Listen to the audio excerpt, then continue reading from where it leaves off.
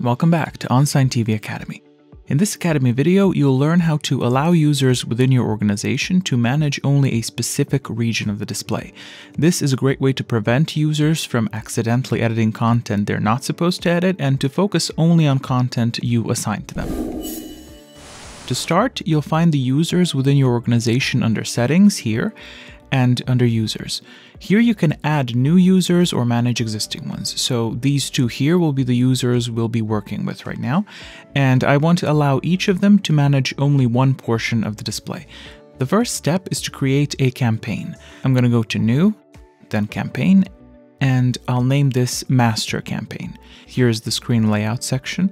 I'll select a display layout that has two regions. This is of course just an example, so feel free to section up your display however you wish by adding a custom layout. Now I'm going to drag in two playlists that I've created previously. This one is an entertainment playlist. It contains various content such as weather and fun facts, and I'm going to drag this into my first region. And the second is a product playlist. This one goes into region number 2. As I place these playlists in, you may have noticed that the campaign automatically switched the duration to variable. What this means is that this campaign will last as long as the content within it, and it's based on the track that is highlighted in yellow. So this is our master timeline.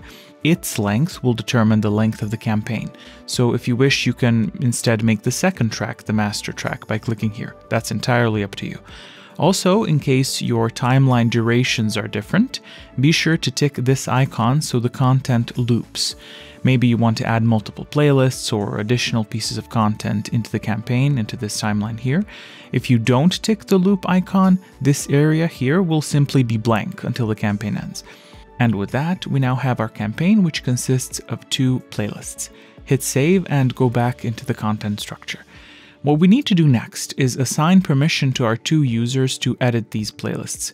Find your playlist in the content structure. Mine are right here. Now right-click on the first one, Permissions, and click on Share Content. I'll share this one with user 1, as it's his job to only update the entertainment playlist.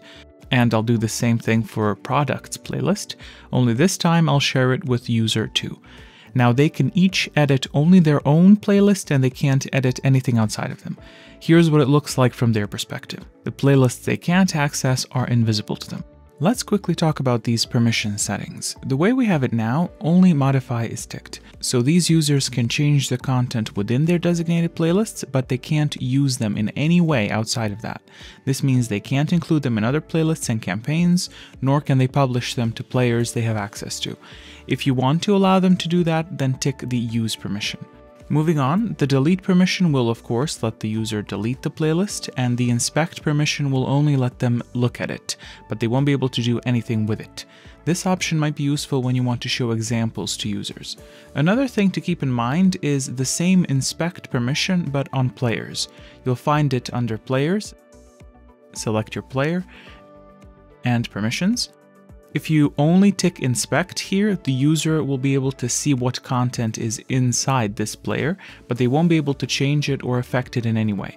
One example of this use is letting the editor of a certain playlist see the context around the playlist he is editing, so he can spot if any content within his playlist is being repeated right after it, for example. And that's about it. Setting up permissions this way will ensure every user only has access to content they're supposed to access. As said earlier, this is excellent for larger setups where you manage hundreds of displays with many users, so you keep everything in line. If that's the case, take a look at our Academy videos on grouping users and grouping players.